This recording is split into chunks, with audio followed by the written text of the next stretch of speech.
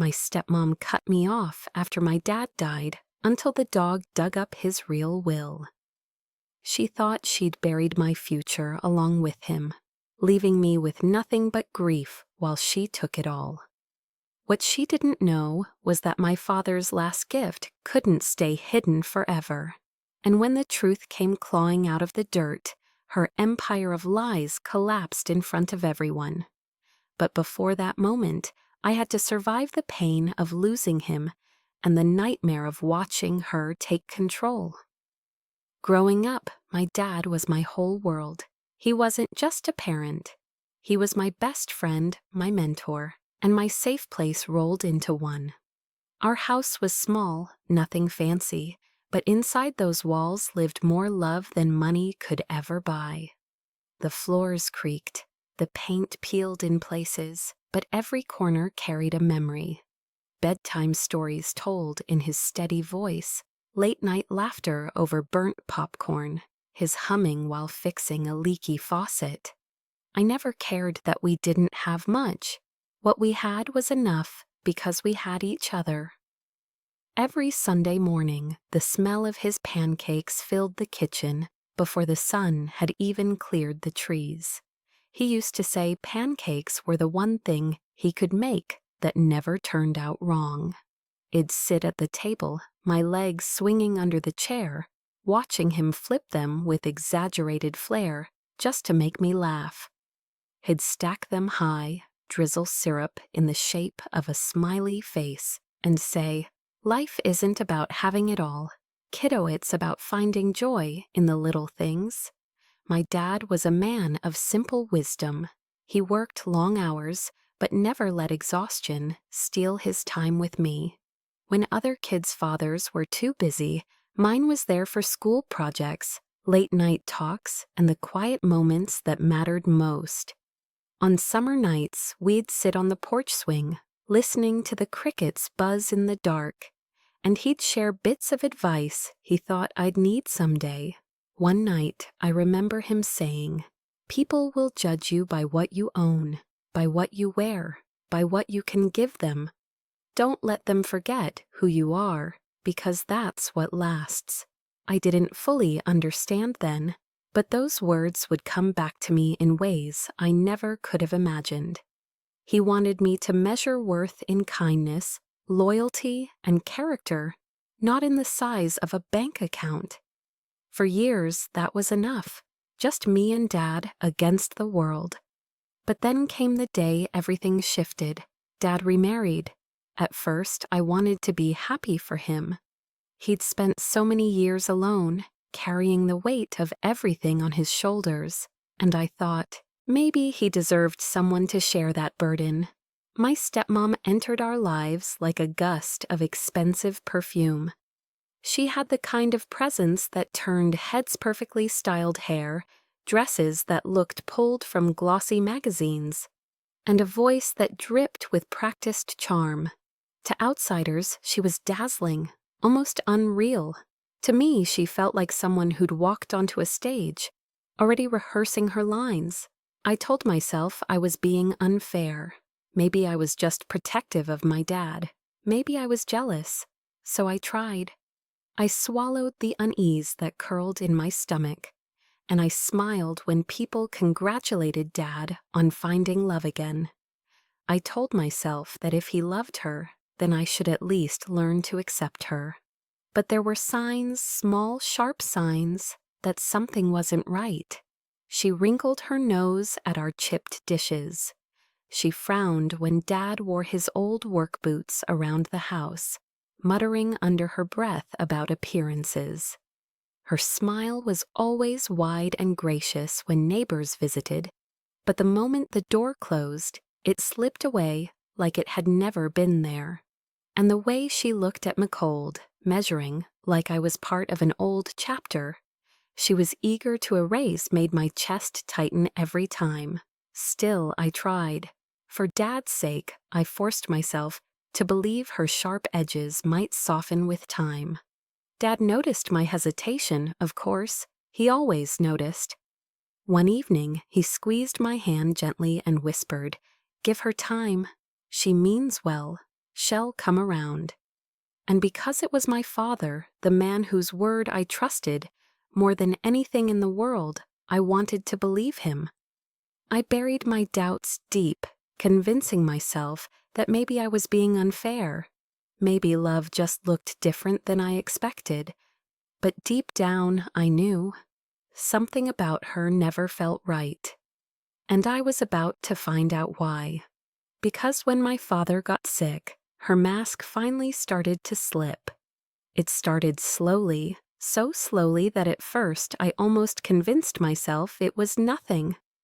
My dad would come home more tired than usual, shrugging out of his jacket with a weary sigh that seemed heavier than the day itself.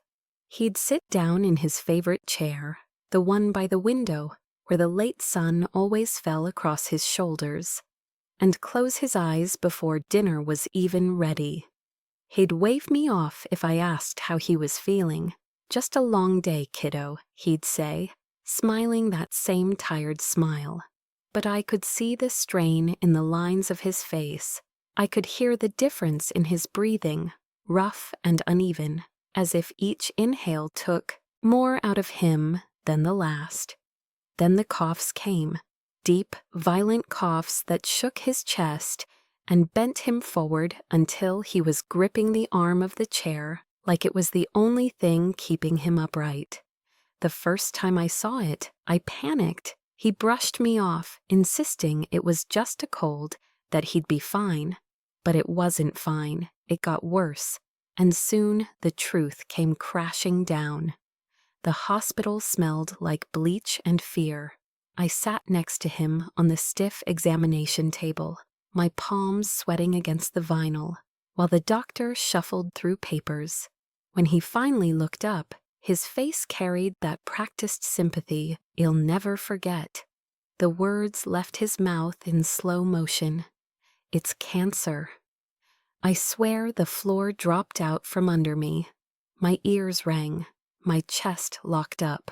I wanted to scream that it had to be a mistake. But my father, the man who had always been my rock, simply nodded. He placed his hand over mine, his touch warm despite the cold air of the room, and whispered, "We'll get through this, I promise." His calmness shattered me more than the diagnosis itself. That was the moment my stepmom seized control. She didn't cry, at least not in front of us. Instead, she became the self-appointed manager of my father's illness. She scheduled every appointment, monitored every medication, and began filtering every interaction. At first, I thought she was stepping up, that she was trying to support him. But it didn't take long for me to see the truth. She wasn't protecting him. She was guarding him from me. The first time I drove over to the house after work, eager to sit with Dad, she met me at the door with a polite but firm smile. "He's resting," she said. "You can't disturb him right now." But behind her, I could hear his voice upstairs, faint but calling my name. My heart twisted, but I didn't want to fight her in front of him. So I left, tears burning down my face, as I walked back to my car. This became the pattern. Every time I tried to see him, she was there deciding when it was convenient, deciding when I was allowed to sit by his bed, deciding how long I could stay. And when I did get through, she hovered, watching every word, every glance, as if she was afraid of what he might say to me when we were alone. But sometimes I managed to slip through her net. In those stolen moments, when it was just me and Dad, I could see the truth of how sick he really was. His once strong hands trembled as he reached for mine. His voice, once steady and full of warmth, cracked like brittle wood. Yet his eyes, those eyes that had always been so certain still, burned with strength. One night, when the house was quiet and she had stepped out of the room, he gripped my hand and whispered words that still echo in me to this day. "Everything you need is already safe." I didn't understand. I shook my head, confused. "What do you mean, Dad?" He just squeezed my hand harder. gave me that look that said more than words could, and then closed his eyes. I sat there in the dim light of his bedroom, my heart pounding, knowing he was trying to tell me something important, something he wanted me to remember after he was gone. But I wasn't ready to think about after. I wasn't ready to let go. Weeks turned into months, and the cancer took him piece by piece. Each hospital stay lasted longer than the last. Each time I visited, he looked smaller, frailer, like the world was stealing him from me, grain by grain. Driving home from those visits, I could barely see the road through my tears. My chest ached with the unfairness of it all, with the helplessness of watching the strongest man I knew slip away while I stood by, powerless. And all the while, my stepmom tightened her grip. She monitored everything: his accounts, his visitors, his paperwork. She moved through the house like she already owned it, like she was preparing for life after him. I caught her more than once, flipping through files in his study when she thought no one was looking. When I asked about it, she brushed me off with a smile that didn't reach her eyes. Then came the night that broke me. I sat by his hospital bed, his hand limp in mine, the machines around him beeping like a cruel reminder of how fragile he'd become. His breathing was shallow, his face pale. And then, with one final exhale, his chest fell still. I froze. The room went silent except for the steady hum of machines that no longer mattered. My heart shattered. I pressed my forehead against his hand, sobbing, whispering desperate words he could no longer hear. My stepmom stood at the foot of the bed, dabbing her eyes with a silk handkerchief, her face composed, her shoulders straight, as though she'd rehearsed this moment. For me, it felt like the end of the world. For her, it felt like the beginning of something she had been waiting for. And I didn't have to wait long to find out what that something was, because right after the funeral, she cut me off completely. The funeral was over, but the grief never left me. It clung to me like a second skin.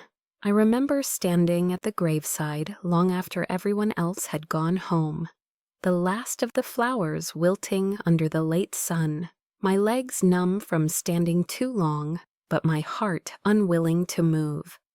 That was my father beneath the ground, the man who had carried me through every storm, and now I was supposed to carry myself without him.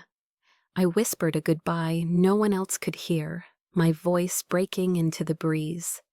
My stepmom, however, moved through those days with a strange kind of control. She cried in public, yes, but it was a polished performance, dabbed eyes, delicate sniffles, the kind of grief that looked rehearsed.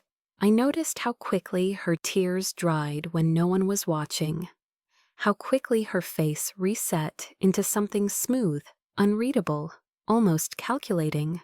People praised her strength. They said things like, "She's holding up so well." And I stood there, invisible, feeling like I had been erased from the picture of my own father's life. I told myself I was overthinking. I told myself grief looks different on everyone. But then came the day she called me back to the house. I walked in with a heart heavy with memories. The smell of my father's cologne still lingered faintly in the air, clinging to the furniture, but the atmosphere felt different, colder. She was waiting in the living room, sitting in Dad's favorite chair, the chair by the window where he always read the newspaper in the morning. Seeing her there made my stomach turn. She had a man beside her, tall, dressed in a crisp suit, holding a thick folder of papers. His briefcase sat neatly by his polished shoes. "Sit down," she said, her tone firm, businesslike. There was no warmth, no trace of shared mourning. Just a command. I obeyed, sinking into the couch that suddenly felt foreign under me. The man introduced himself as my father's lawyer. He adjusted his glasses, cleared his throat, and began to read aloud from the papers in his hand. It was my father's willer, at least. It was supposed to be. Line by line, I listened as he detailed how everything, every dollar, every piece of property, every belonging was left to my stepmom. The house, the savings, the land, all of it signed over to her. My name was mentioned once, only to note that nothing had been specifically designated for me. I felt the words like physical blows. My throat tightened, my hands shook, and my heart screamed that something was wrong. This couldn't be right. Not my father, not the man who had raised me alone, who had whispered life, lessons into my ears, who had promised that everything I needed was safe.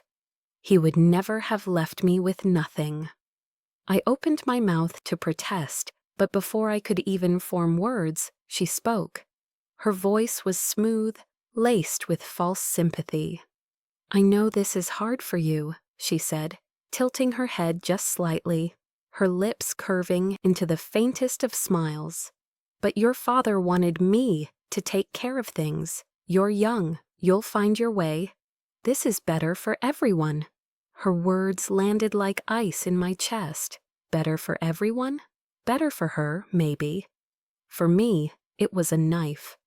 I shook my head, my voice cracking. There must be a mistake. He wouldn't do this. She didn't flinch. If anything, her smile widened, her eyes glinting with satisfaction. "I was his wife," she said calmly. "You'll understand one day. It's not personnel, it's just the way things are. The way things are." She said it like it was law, like it was some unshakable truth of the universe. But all I heard was cruelty. All I felt was betrayal. I stumbled out of that house, my father's house, feeling like the ground had given way beneath me. The walls that had once echoed with his laughter and now belonged to her. The land he had tended with pride was hers to sell. The savings he had worked his whole life for now lined her pockets.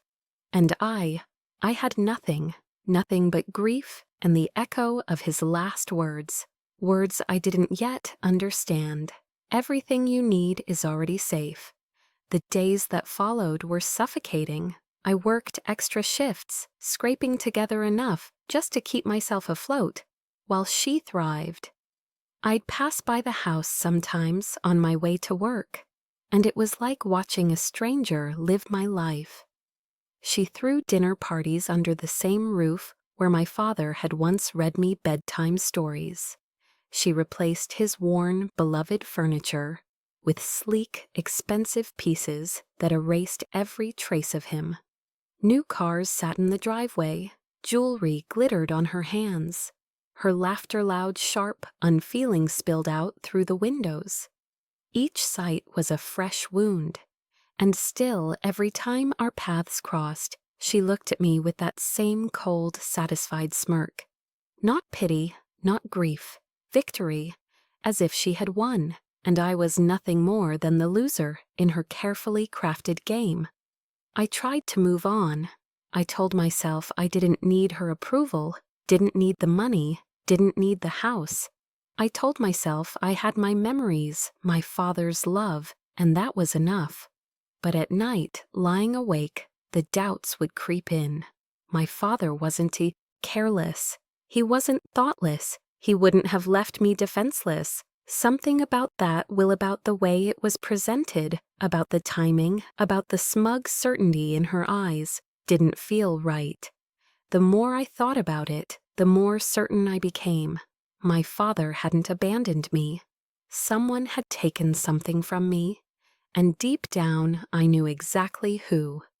And soon the truth would start clawing its way back to the surface because sometimes even the best-kept secrets refuse to stay buried. The funeral was over, but the grief never left me. It clung to me like a second skin. I remember standing at the graveside long after everyone else had gone home. The last of the flowers wilting under the late sun, my legs numb from standing too long, but my heart unwilling to move. That was my father beneath the ground, the man who had carried me through every storm, and now I was supposed to carry myself without him. I whispered a goodbye no one else could hear, my voice breaking into the breeze. My stepmom, however, moved through those days with a strange kind of control. She cried in public, yes, but it was a polished performance, dabbed eyes, delicate sniffles, the kind of grief that looked rehearsed. I noticed how quickly her tears dried when no one was watching, how quickly her face reset into something smooth, unreadable, almost calculating. People praised her strength. They said things like, "She's holding up so well." And I stood there, invisible, feeling like I had been erased from the picture of my own father's life. I told myself I was overthinking. I told myself grief looks different on everyone. But then came the day she called me back to the house. I walked in with a heart heavy with memories. The smell of my father's cologne still lingered faintly in the air, clinging to the furniture, but the atmosphere felt different, colder. She was waiting in the living room, sitting in Dad's favorite chair, the chair by the window, where he always read the newspaper in the morning. Seeing her there made my stomach turn. She had a man beside her, tall, dressed in a crisp suit, holding a thick folder of papers. His briefcase sat neatly by his polished shoes. "Sit down," she said, her tone firm, businesslike. There was no warmth, no trace of shared mourning, just a command. I obeyed, sinking into the couch that suddenly felt foreign under me. The man introduced himself as my father's lawyer. He adjusted his glasses, cleared his throat, and began to read aloud from the papers in his hand. It was my father's will, or at least, it was supposed to be. Line by line, I listened as he detailed how everything, every dollar, every piece of property, every belonging was left to my stepmom. The house, the savings, the land, all of it, signed over to her. My name was mentioned once, only to note that nothing had been specifically designated for me. I felt the words like physical blows. My throat tightened, my hands shook, and my heart screamed that something was wrong. This couldn't be right. Not my father, not the man who had raised me alone, who had whispered life lessons into my ears, who had promised that everything I needed was safe. He would never have left me with nothing. I opened my mouth to protest, but before I could even form words, she spoke. Her voice was smooth, laced with false sympathy. "I know this is hard for you," she said, tilting her head just slightly, her lips curving into the faintest of smiles. "But your father wanted me to take care of things. You're young. You'll find your way. This is better for everyone." Her words landed like ice in my chest. Better for everyone? Better for her, maybe. For me, it was a knife. I shook my head, my voice cracking. There must be a mistake. He wouldn't do this. She didn't flinch. If anything, her smile widened, her eyes glinting with satisfaction. "I was his wife," she said calmly. "You'll understand one day. It's not personal, it's just the way things are. The way things are." She said it like it was law, like it was some unshakable truth of the universe. But all I heard was cruelty. All I felt was betrayal. I stumbled out of that house, my father's house, feeling like the ground had given way beneath me. The walls that had once echoed with his laughter now belonged to her. The land he had tended with pride was hers to sell. The savings he had worked his whole life for now lined her pockets, and I had nothing, nothing but grief and the echo of his last words, words I didn't yet understand. "Everything you need is already safe." The days that followed were suffocating. I worked extra shifts, scraping together enough just to keep myself afloat, while she thrived. I'd pass by the house sometimes on my way to work, and it was like watching a stranger live my life. She threw dinner parties under the same roof where my father had once read me bedtime stories. She replaced his worn, beloved furniture with sleek, expensive pieces that erased every trace of him. New cars sat in the driveway. Jewelry glittered on. Her hands, her laughter loud, sharp, unfeeling spilled out through the windows. Each sight was a fresh wound. And still, every time our paths crossed, she looked at me with that same cold, satisfied smirk. Not pity, not grief, victory. As if she had won, and I was nothing more than the loser in her carefully crafted game. I tried to move on. I told myself I didn't need her approval, didn't need the money, didn't need the house. I told myself I had my memories, my father's love, and that was enough. But at night, lying awake, the doubts would creep in. My father wasn't careless, he wasn't thoughtless, he wouldn't have left me defenseless. Something about that will about the way it was presented, about the timing, about the smug certainty in her eyes, didn't feel right. The more I thought about it, the more certain I became. My father hadn't abandoned me. Someone had taken something from me, and deep down, I knew exactly who. And soon, the truth would start clawing its way back to the surface, because sometimes even the best-kept secrets refuse to stay buried. The months after my father's death were some of the loneliest I had ever known. Grief already felt like a heavy coat I couldn't take off, but being shut out of the life my father built made the weight unbearable. Every day I woke up with the same thought: he should be here. And every night I fell asleep wondering how everything had been taken from me so quickly, so cleanly, as if my existence had been erased with the stroke of a pen. My stepmom wasted no time stepping into her new role. She moved through the world with the confidence of someone who had won. The neighborhood whispered about her resilience, her strength, her ability to keep everything in order after such a tragedy. But I knew better. Behind those carefully arranged smiles was a woman who had already prepared for this moment, long before my father took his last breath. She didn't look like someone mourning. She looked like someone reveling in victory. Meanwhile, I was struggling just to survive. I worked long hours, sometimes taking double shifts, eating dollar meals, and trying to stretch my paychecks to cover rent and bills. My small apartment had peeling paint on the walls and a bed so thin that I could feel the springs beneath me. I remember sitting on that mattress night after night, clutching one of my father's old shirts to my chest just to smell the faint trace of him that still lingered there. It was all I had left. And yet, despite knowing how much it hurt me, I couldn't keep myself away from the house that used to be mine.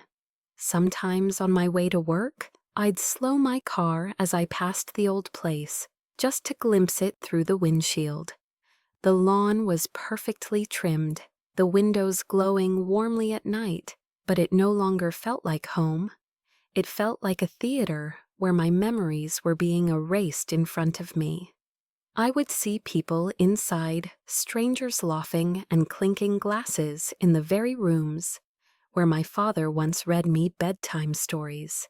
His worn chair, the one by the fireplace where he always sat with a book, was gone, replaced by something sleek and modern that had no soul. Every glance was a knife, cutting me deeper with the reminder that everything familiar had been stolen from me. She threw parties constantly. Cars lined the driveway, laughter spilled into the night, and music pulsed through walls that had once been filled with quiet conversations between me and Dad. She walked among her guests draped in glittering jewelry and expensive clothes, her voice loud, her laughter sharp, People adored her performance. They praised her for moving on, for keeping herself together. But I saw it for what it was, a performance on a stage she had stolen. The worst moments were when I had to go back to the house to collect what few things she allowed me to keep. Old boxes of clothes, a few childhood keepsakes, some worn-out books that no one else wanted. Every visit felt like trespassing. She would stand in the doorway, arms folded, watching me like I was a thief rummaging through her treasures. "Don't take too long," she'd say, with that smug little curl of her lip. "I wouldn't want you getting in the way." Each word was poison. Each glance reminded me that in her eyes I wasn't family. I was an inconvenience she wished would disappear. At night, lying on that thin mattress in my cramped apartment, I replayed it all in my mind. The reading of the will, the look in her eyes, the lawyer's practiced tone as if the outcome had already been written long before the words were read aloud. None of it added up. My father had been careful, thoughtful, deliberate in everything he did. He wasn't careless. He wasn't cruel. He would never have left me with nothing. And then I remembered his last words, words I had turned over and over again in my head until they consumed me. Everything you need is already safe. What did he mean? Safe where? Safe how? The more I thought about it, the more restless I became. Something was wrong. Something had been hidden. I wanted to search. I wanted to investigate, but I had no idea where to begin. I didn't have money for lawyers. I didn't have connections or influence. All I had was a gnawing feeling in my chest that the truth was out there, buried somewhere just beyond my reach. And then out of nowhere help came from the one creature I hadn't expected. Not a lawyer, not a neighbor, not even a friend. No, the truth clawed its way out of the ground because of him, the dog. Because one evening that old dog started digging in the yard, and what he dragged out would change everything I thought I knew. It was late evening, the kind of night where the sky turns deep blue and the air carries that heavy silence after a long day. I hadn't planned on stopping by the old house again. Every time I did, it ripped something open inside me. But grief has a way of pulling you back to the places that hurt most, and before I knew it, I had turned down that familiar street, my hands tightening on the wheel. I parked across the road, engine off, headlights dimmed. The house looked alive in a way that felt wrong. Warm lights glowed in the windows, shadows of people moving across the curtains, laughter spilling faintly through the glass. I sat there, watching the silhouette of my stepmom glide from room to room, wineglass in hand, draped in jewelry that sparkled even in the distance. She looked untouchable, powerful, like she owned the world. And maybe she did for now. My chest ached as I thought of my father, how different things would be if he were still here. That house had been his pride, every nail and beam, built on years of sweat and sacrifice. Now it was just a stage where she performed her new life. I was about to start the car, to drive away before the pain grew worse, when something caught my eye in the yard. At first, it seemed ordinary. The dog was out there, scratching at the dirt with his paws. But the longer I looked, the more frantic his digging became. Dirt sprayed behind him in little bursts, his body low to the ground, tail stiff with urgency. This wasn't playful, it was purposeful. That dog had been my father's companion for years. A scrappy mutt with shaggy brown fur and soulful eyes. He was loyal, protective, the kind of dog who always seemed to understand more than words ever could. After Dad died, my stepmom kept him, probably because getting rid of him would have made her look heartless. But I knew she never loved him. I'd seen how she tugged at his leash when he lagged, how she ignored him when he begged for affection. To her, he was just another leftover from my father's life. But to me, he was family. He was one of the last living pieces of my dad. And that night, as I watched him digging furiously under the moonlight, I felt a strange pull in my chest. Something was happening, something important. I couldn't stop myself. I climbed out of my car and crossed the street, my heart racing with every step. I crouched near the fence, my eyes fixed on the dog. He didn't bark when he saw me. Instead, he wagged his tail, his eyes shining like he'd been waiting for me all along. That's when I saw a corner of something pale sticking out of the dirt. At first, I thought it was trash, maybe an old envelope or a piece of cloth. But as the dog clawed and tugged at it with his teeth, I realized it was something else. Something flat, something sealed. My stomach dropped. I rushed forward, kneeling in the dirt. My hands shook as I brushed away the soil, revealing a weathered envelope, its edges yellowed with age. The seal was dirty, but still intact. And across the front, written in handwriting I knew better than my own, were the words, "Last Will and Testament." My breath caught in my throat. My father's handwriting, his unmistakable loops and steady strokes. For a moment, the world tilted sideways. I pressed the envelope to my chest, tears blurring my vision. My father had left me something. He hadn't abandoned me. He hadn't forgotten me. The truth was here, in my hands, buried under the earth until this very moment. The dog nudged me with his nose, as if to say, "See? I told you."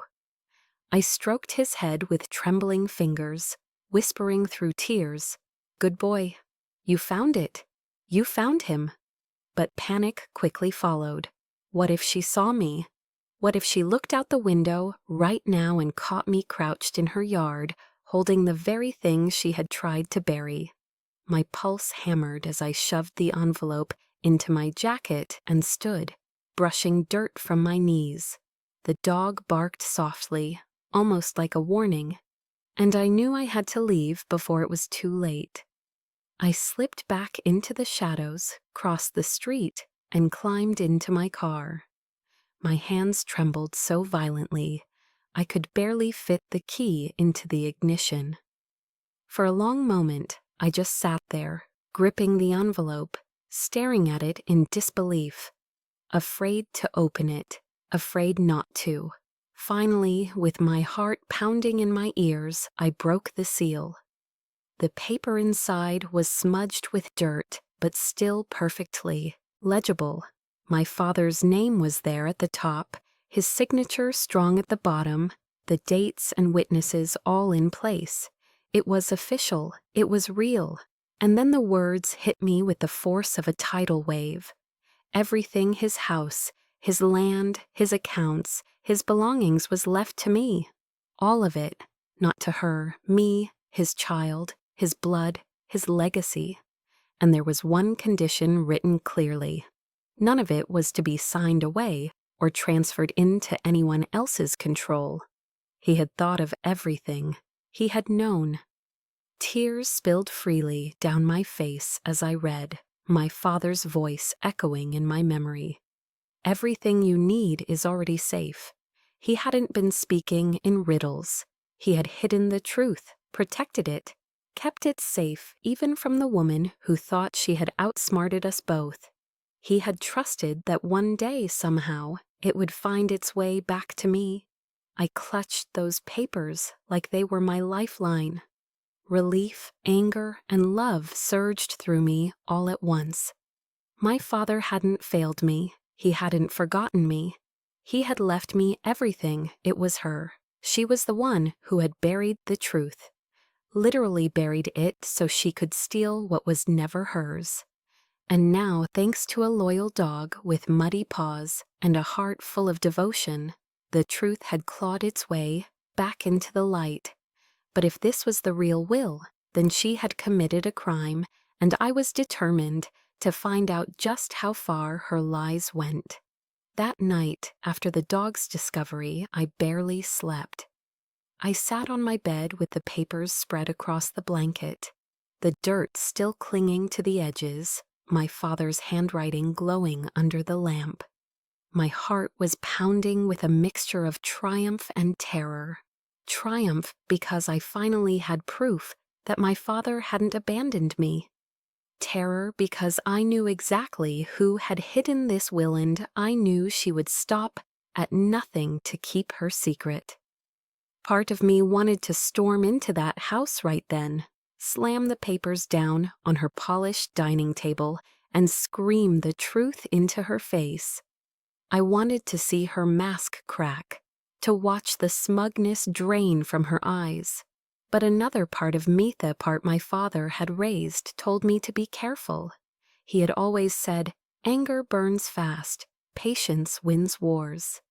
If I confronted her without a plan, she could twist everything, destroy the evidence, and leave me worse off than before. No, I had to be smarter. The next morning, with barely 2 hours of sleep, I found myself in the waiting room of a small law office downtown. My palms were sweaty, my chest tight, but I knew I couldn't fight this battle alone. The plaque on the door read Margaret Parker, attorney at law. She was known locally as someone who didn't scare easily, someone who believed in fighting for the underdog. That was exactly what I needed. When I stepped into her office, I felt small. The shelves were lined with thick legal books, her desk stacked neatly with files, her walls decorated with framed certificates. She looked up from her papers, sharp eyes behind simple glasses, and motioned for me to sit. "Tell me everything," she said. And I did. My voice shook as I poured out the whole story. My father's illness, the funeral, the will that cut me off completely, the way my stepmom had treated me like I was invisible, and finally the dog's frantic digging in the yard that led me to the dirt-stained envelope in my jacket. Ms. Parker listened without interruption, her eyes narrowing slightly with each new detail. When I placed the envelope on her desk, she put on her glasses, opened it carefully, and studied the pages like a surgeon examining an X-ray. For several long minutes, the only sound in the room was the turning of paper. Finally, she looked up, her voice calm but firm. "This is authentic." My breath caught. "You're sure?"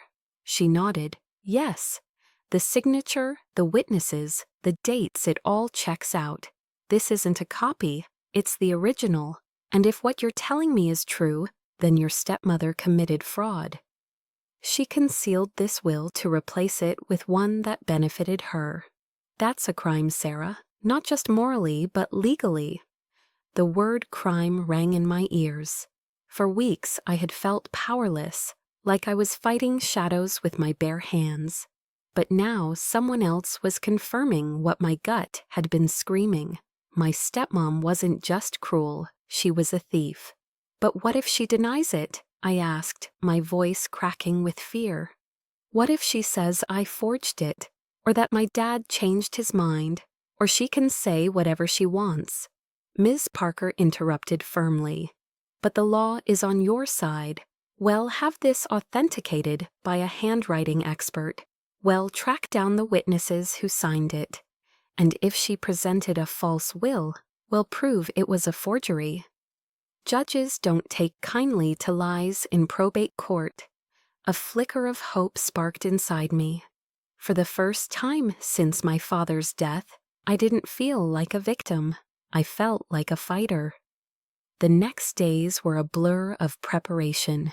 Miss Parker moved quickly, contacting experts, digging into county records, pulling every thread she could find. I tagged along, sometimes numb with exhaustion, sometimes trembling with adrenaline, always carrying the envelope with me like a sacred relic. We found one of the witnesses, an old friend of my father's named Henry. He worked at a local hardware store, his hands rough from years of labor. When he saw the will, his eyes softened with recognition. "I remember this," he said, pointing to his own shaky signature at the bottom. "Your dad asked me and another buddy to witness it," he said. "I want to make sure Sarah is safe, no matter what happens to me. He was so proud of you. Said you were his whole world." Tears burned in my eyes. I nodded, unable to speak, clutching the paper like it was a lifeline. The handwriting expert confirmed what we already knew. The will was genuine, signed by my father himself. He analyzed the strokes, the pressure, the flourishes, and declared it without hesitation. This is his handwriting, no doubt about it. Piece by piece, the truth was stitching itself together. Every discovery was both a relief and a fresh wound. Relief because it proved my father had never betrayed me. Wound because it meant my stepmom had gone to extraordinary lengths to erase me from his legacy. She had looked me in the eye at that reading, tilted her head with that smug smile, and said, "You'll understand one day. It's just the way things are." Well, now I understood. The way things are could be changed. Ms. Parker began drafting the paperwork. "We'll take her to court," she said confidently. "And when we do, we won't just expose her lies, well reclaim everything that's yours." Her words settled over me like armor. I thought of my father again, of his last whispered words. "Everything you need is already safe." He had been right. He had hidden the truth, trusted me to find it, and now I was ready. I wasn't powerless anymore. I wasn't alone. And for the first time, I could almost feel my father standing beside me, steady and strong, reminding me that justice wasn't just possible, it was coming. And when the day of the courtroom showdown finally arrived, she had no idea her empire of lies was about to collapse in front of everyone. Ms. Parker called it building a spine for the truth. To me, it felt like learning to breathe again. We started with what we already had: the original will, my father's signature, the witnesses, the dates. But paper alone wouldn't be enough against a woman who had turned appearances into armor. We needed a chain links of proof that connected her actions to a deliberate plan to erase me. The first link was time. Ms. Parker pulled certified copies of the probate filings my stepmom's lawyer had submitted after the funeral. I watched her line the pages up across the conference table like puzzle pieces. There were dates that didn't make sense, documents prepared before I had even seen my father's body lowered into the ground, notarizations that didn't match the office hours of the notary listed, and an inventory of estate contents that was too polished, too quick, like it had been drafted days before anyone could have realistically gathered it. It was all neat, maybe too neat, and neatness leaves fingerprints. Then came the signatures. Our handwriting expert didn't just compare my father's signature on the buried will to the one on the fake. He dissected them letter by letter. He showed me the natural tremor in my father's R, the pressure he used on downward strokes, the slight rightward slant he'd had since high school. On the false will, the tremor vanished, the pressure was uneven, and the slant teetered like someone trying to imitate confidence. "It's a practiced counterfeit," the expert said softly. "Not a good one if you know what you're looking for." Hearing that was like air filling my lungs. It wasn't just wrong, it was provably wrong. Next, we followed the money. Fraud leaves a trail, not just on paper, but in transactions, couriers, notaries, shredding services, storage fees. Ms. Parker sent subpoenas that read like questions I'd wanted to ask for months. Who notarized the false will? When? Where? Who paid for the filing? Were there courier receipts to the courthouse? Did any shredding services visit the house within weeks of my father's death? The answers trickled in, reluctant and revealing. A mobile notary had logged an appointment at the house on a date my father was hospitalized overnight. A shredding company invoice appeared 2 days after the funeral for a one-time bulk purge, paid from an account my stepmom had opened while my father was still alive but too weak to sign checks, a joint account she'd quietly moved funds into, then closed. The pieces snapped together with a sound you feel more than hear. We found the witnesses to the real will, too. Henry from the hardware store remembered everything: the coffee my dad insisted on buying afterward, the way he joked that it'd scold him if he didn't eat a muffin. The second witness, a nurse from Dad's clinic, had moved across town but was easy to locate. Once Ms. Parker pulled the notary log from the day the real will was signed, she remembered my father shaking her hand and saying, "You're helping me take care of my girl." She said it with tears in her eyes, and I felt my father's hand on my shoulder again, steadying me from somewhere I couldn't see. Still, the part of me that had learned to expect the worst kept asking, what if she talks her way out of it? What if she makes me look bitter and unstable? Miss Parker anticipated the fear before I voiced it. "We're not building this on emotion," she said. "We're building this on evidence she can't argue with." And evidence kept arriving. The county recorder's office produced a curious detail: a lost will affidavit filed by my stepmom's lawyer, swearing my father had discussed updating his plans to provide solely for his wife. No such update existed. The affidavit had been used to rush the false will through probate, as if it were a compassionate concession to a grieving widow. Compassion can be forged too. A bigger break came from something small: a key. While reviewing my father's personal effects that I had retrieved in one of those tight-lipped, time-limited visits, it kept a tiny brass key I didn't recognize. Ms. Parker tested it at the 2 banks my father used. At the second one, the vault attendant's eyebrows lifted. The key belonged to my father's safe deposit box my stepmom had never disclosed. Inside, neatly wrapped in a manila folder, were copies of documents my father considered too important to keep in the house. His deed, his life insurance, and my breath caught a photocopy of the same will the dog had dug up, time-stamped by the bank on the day he stored it. My father had not only written the will, he had preserved a copy in a place she couldn't quietly reach. I pressed the folder to my chest in the vault room, the cold air stinging my face as relief washed over me in shuddering waves. With every new link, Miss Parker tightened the strategy. She mapped a timeline from Dad's hospitalization to the funeral to the probate filings, overlaying it with notary logs, bank entries, courier receipts, and witness statements.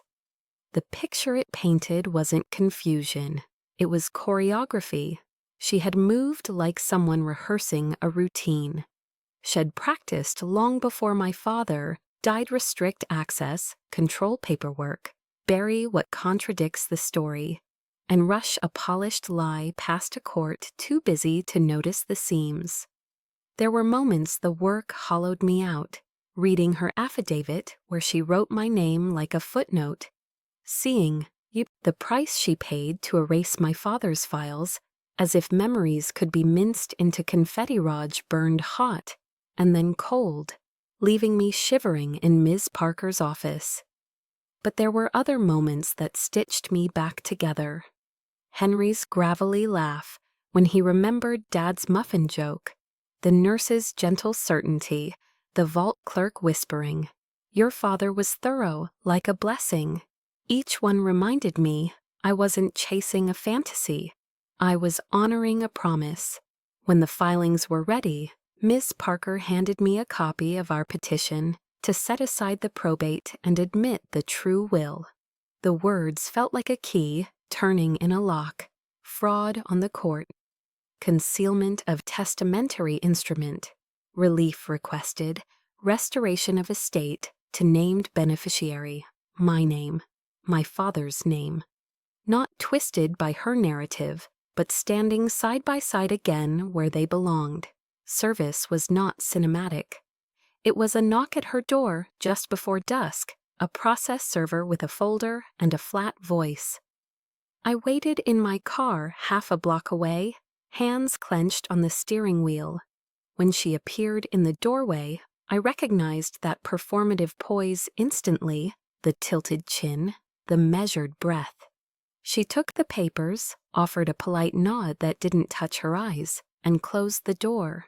A minute later, the porch light flicked off like a curtain coming down between acts.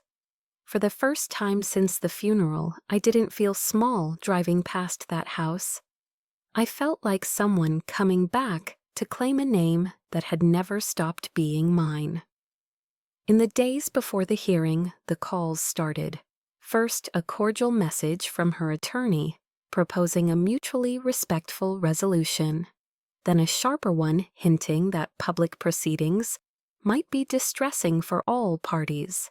Finally, a message from her number just breathing at first. Then her voice, brittle and bright. We don't need to do this. I didn't return any of them. Silence can be a statement, too. The morning before court, Ms. Parker spread our exhibits across the table one last time. The original will, the bank's time-stamped copy, the expert report on the forgery, the notary logs that contradicted her story, the shredding invoice, the witness statements, the safe deposit records, and our timeline clean, relentless, undeniable. She placed a yellow tab on the line where my father had signed his name. This, she said, tapping the paper, is where he held the door open for you. Tomorrow we walk through. I nodded, swallowing hard, feeling that door in my chest swing on its hinges. That night I slept, not long but deeply, like someone who has finally put her weight down after carrying a secret up a mountain. I dreamed of the porch swing and the smell of Sunday pancakes and my father's voice saying, "Patience wins wars." And when I woke, the fear hadn't vanished, but it had shrunk into something I could hold without letting it hold me. I dressed in quiet clothes, tied my hair back, and slid the dog's old tag into my pocket, the small worn circle of metal warm from my palm. He had dug up the truth. I would carry it the rest of the way. When I reached the courthouse steps, Ms. Parker met me with a steady nod. The building rose ahead of us, all stone and glass and history, the kind of place where lies don't survive long once the light hits them. I glanced at the doors, then up at the gray morning sky, and for a heartbeat I felt my father at my shoulder again, not as a ghost, but as certainty. This wasn't vengeance. It was a return. We walked inside. The courtroom was packed, the judge already seated, and my stepmom wore that same polished smile right, up until my lawyer opened the folder with the dirt-stained will. The courthouse loomed over me like a fortress, its stone walls cold and unyielding. As I climbed the steps, my knees felt weak, but I forced myself to keep going. This was it, the moment where everything my father had left for me, everything I had uncovered with shaking hands and sleepless nights, would either be validated or erased. I slipped the dog's old tag into my pocket for courage. He had dug up the truth. Now it was my turn to bring it into the light. Inside, the air was heavy with anticipation. Lawyers shuffled papers, the wooden benches creaked as people adjusted their seats, and the faint hum of whispered conversations filled the room. The judge hadn't even entered yet, and already it felt like the air itself was holding its breath. And then I saw her.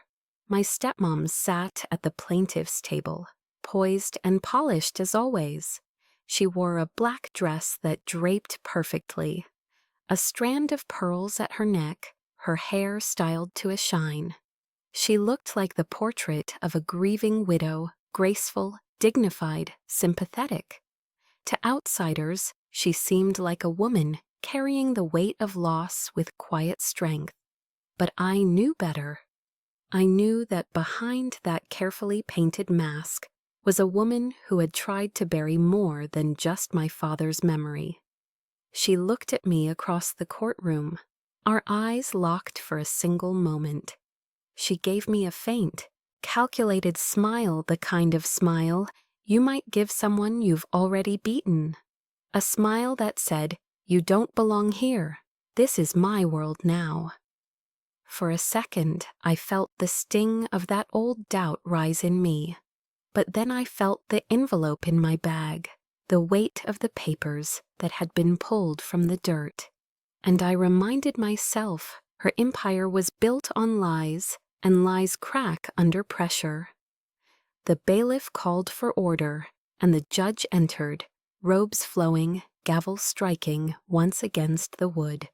The room fell silent instantly. Court is now in session. Her attorney rose first. He was a tall man with a voice like smooth glass, every word polished, every gesture rehearsed. He painted her as the dutiful wife, the woman who had given everything to care for my father in his final days. His story dripped with sympathy. She had sacrificed her own health, her own happiness, her own future for him. Then, with a subtle tilt of his head, he turned the spotlight on me. He called me estranged, distant, the daughter who never made time. He painted me as selfish, as ungrateful, as someone who only appeared now, with greedy hands after doing nothing, while my father suffered. He waved a stack of papers in the air. The false villain declared it to be the only valid testament, signed with my father's love and intention. His voice carried a certainty that made some people in the gallery nod along. For a moment, my chest tightened, and I wondered if anyone here truly believed me. But then it was Ms. Parker's turn. She stood slowly, deliberately, letting the silence stretch before she spoke. When her voice finally rang out, it was clear and cutting, each word sharp enough to slice through the polished lies. "Your Honor, we will show that the document presented by opposing counsel is not merely flawed, it is fraudulent. We will show that the true will of Robert Mitchell was deliberately concealed, hidden, and even buried in the ground to strip his daughter of her rightful inheritance. And today, the truth will speak louder than any performance." The gallery murmured, people leaning forward, eyes flicking toward me, toward the envelope in Ms. Parker's hand. For the first time, I saw my stepmom's expression shift. Just slightly, but it was there, a crack in the porcelain mask. The first witness was the handwriting expert. He walked to the stand carrying large poster boards, showing enlarged versions of my father's signature. One from the buried will, one from the forged copy. He explained every detail, with the precision of a surgeon. The pressure points, the slant, the tremor in the R, the unique flourish at the end of his L. On the authentic will, these details flowed naturally. On the false one, they stuttered, as if someone had studied and copied, but couldn't mimic the heart behind the strokes.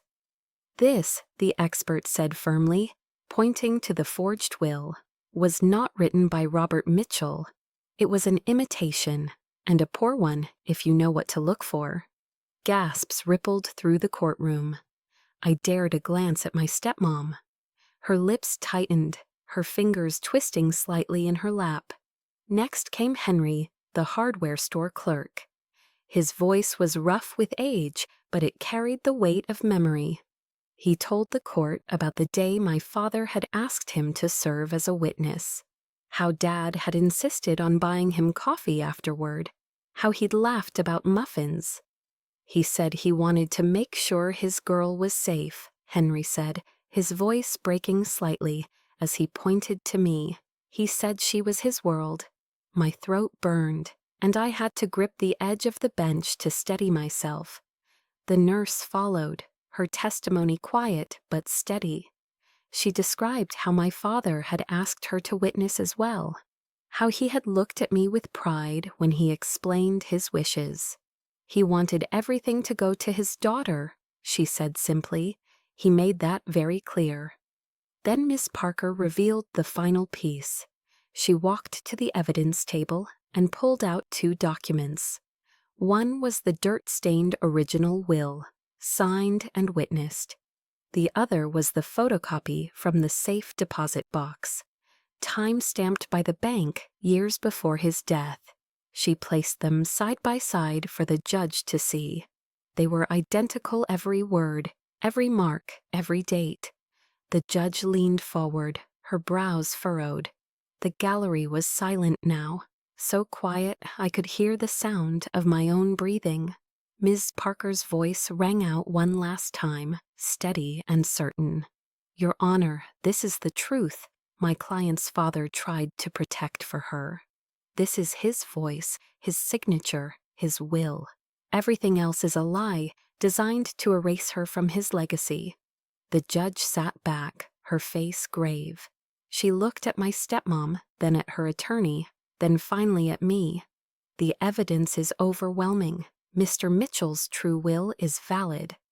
The court rules that his estate passes in its entirety to his daughter, Sarah Mitchell, as he intended. The forged document is void, and the attempted concealment constitutes fraud upon this court." Her gavel struck once. The sound echoed through my bones like thunder. For a heartbeat, the world held still. Then whispers exploded across the gallery. People turned in their seats, staring at me, at her, at the documents spread across the table. My stepmom's mask shattered. Her face was pale, her lips pressed tight, her hands gripping the edge of the table as if holding on to keep from falling. She had walked in smiling, certain she had already won. But now her silence was the loudest thing in the room. I sat frozen, staring down at my father's name on the will, tears blurring my vision. Miss Parker touched my hand gently and whispered, "You've won, Sarah. You've taken back what was yours." And for the first time since my father's death, I believed it.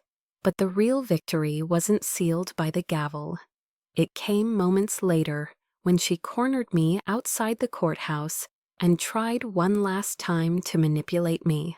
The courtroom emptied slowly, the sound of shuffling papers and hushed whispers filling the air.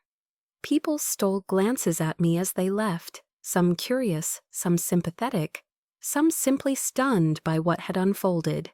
My father's name had been cleared, his true will restored, and the empire of lies my stepmom had built collapsed under the weight of the truth.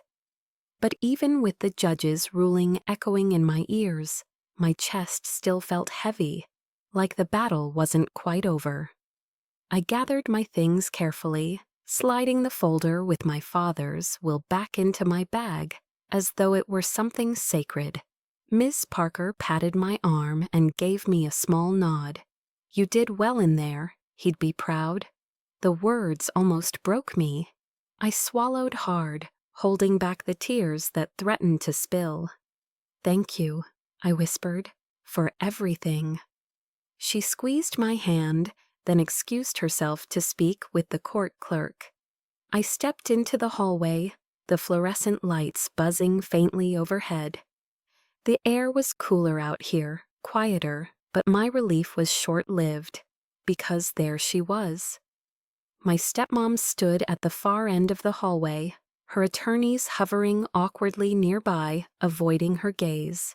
They muttered something about next steps and appeals, but she waved them off sharply. When she turned to me, her mask of dignity was gone. Her eyes burned with something Rowanger, desperation, maybe both. For the first time, I saw her not as the flawless widow she pretended to be, but as a cornered woman with everything to lose. She walked toward me, her heels clicking against the tile, each step echoing in the hollow hallway.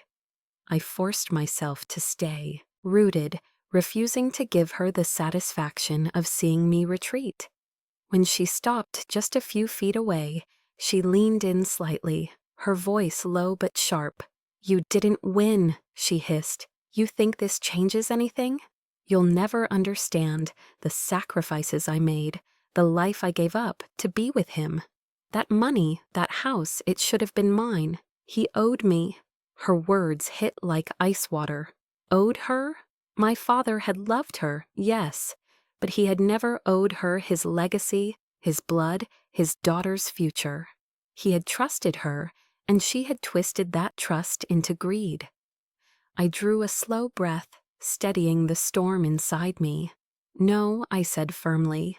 "He didn't owe you. He loved you, and you betrayed that love. You buried his will. You lied to me. You lied to the court. And you tried to erase me from his life.